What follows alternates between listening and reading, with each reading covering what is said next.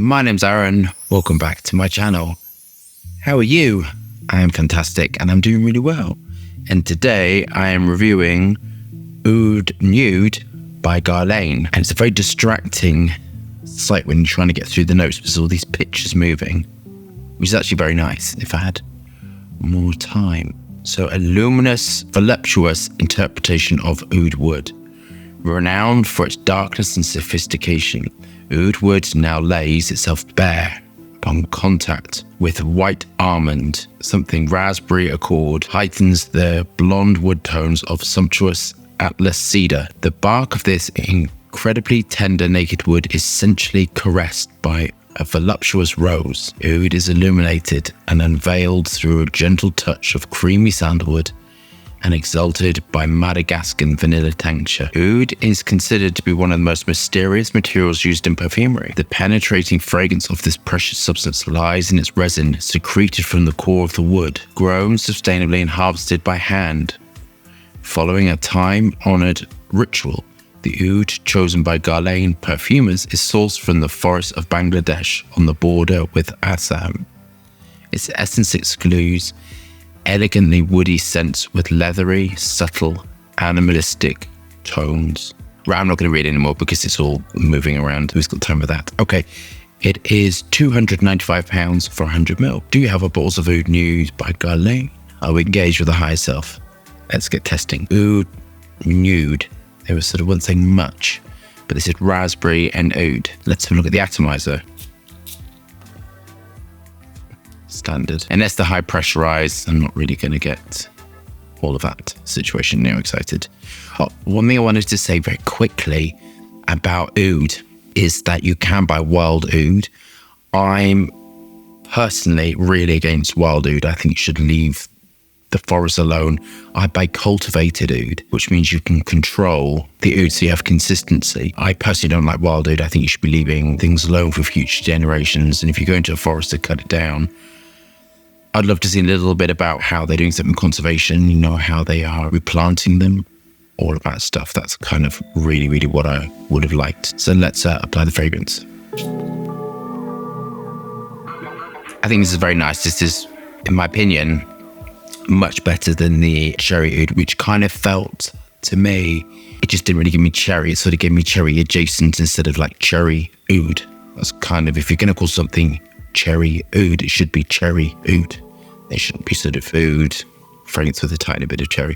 That's in my opinion, of course. Oud Nude, I'm expecting, Oud Nude to me smells like it would be quite close to the skin, and it would because of nude, but this is quite vibrant. Not sure if I like the name, but you know, we're not here to review names. I like the bottle. I like the presentation. This isn't the strongest fragrance. I kind of like my ouds full throttle strong. That's kind of what I like. My oud fragrances, I think it is a glorious raw material. This smells very sophisticated. This smells very, very beautiful, very woody, sweet. The raspberry accord is at the core of this. So this is based upon Isosuper, Hedione, Ethene Brassylate. It's got other musk to give a metallic feel. So this really is a triumph in using different aroma chemicals to give you a different feel to the formula. This is an example of when you have balance within a formula. And very much like the best food is really balanced. I watch these weird cooking programs occasionally when I have time. Sometimes they do these on these programs, they do weird stuff. You know, they put in something with something, you think, oh God, I don't know how that's going to go. And then you see them eating it and they kind of go, oh, that's amazing. I didn't think it would go. To me, that's not what's happening here, but that was just something that came into my head. To me, great perfumery is about this juxtaposition of sweetness with the raspberry ketones, the ethyl vanilla, and the ethyl maltol whipping through the base. Other fruit molecules as well to give that sort of raspberry vibe. And then on the other side, wood raw materials that potentially can smell quite bitter and unpalatable, balancing it backed against a musk accord, a musk to give smoothness, musk to give a metallic high-tech sort of feel as well. Other musk to give more of an animalistic note to it as well. Some raw materials, when added together, can give you a animalistic note as I mentioned before, Civetone and Civet Ambrol as well. I think of that one as very metallic, earthy smelling. There's another one which is something like that as well. Gosmin. I saw my brain working then. Gosmin smells is a very, very interesting raw material, and that smells of concrete, sort of wet concrete.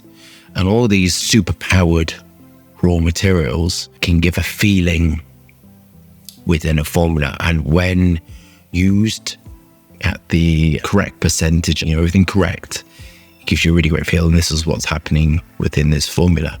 I don't know if you're allowed to, I'm going to say it, oriental feel of sort of cedarwood patchouli, rich and smooth. Onto my final thoughts. I really like this. I think it smells sophisticated. It smells smooth. It's not challenging to my nose at all. It's very radiant. There's lots of sillage. So as I'm moving my hands and arms, doing my perfumery sign language, it is giving, I'm smelling. So I'm smelling the sillage from this, but sort of there, but I'm smelling it when I'm moving, which sometimes, as I mentioned again before, it's really difficult to get projection, sillage and longevity. They're kind of very, very difficult to do. I know what it's, everybody kind of wants something that costs under £5 or $5, lasts for 20 days and is a crowd pleaser. You're not going to get that. Impossible. I would always rather take off marks for one of the things to get something else. That kind of makes sense. And also a nice smelling fragrance as well. And this, I think, it just smells very beautiful to me. It smells very beautiful, eloquent, definitely sort of smells unisex. This could be a signature fragrance. I think this is gentle enough to be worn all seasons. Some people don't like citrus in the summer. Just, if, you know, I just would never, I think I'm going to like it, and then it never ever lasts with me. So I would always gravitate to sort of like a light, woody fragrance. And I think for, if you're that sort of person, this would be great for you. It's a signature fragrance worthy. I love the raspberry note. The raspberry note has been done so well, and it's been sweetened perfectly, and it's at the perfect juxtaposition of everything. Enough animal notes to sort of smell oody, enough musk to sort of give it interest and the sort of a background note, enough animal notes to give it sort of in line with the keeping with sort of the oud.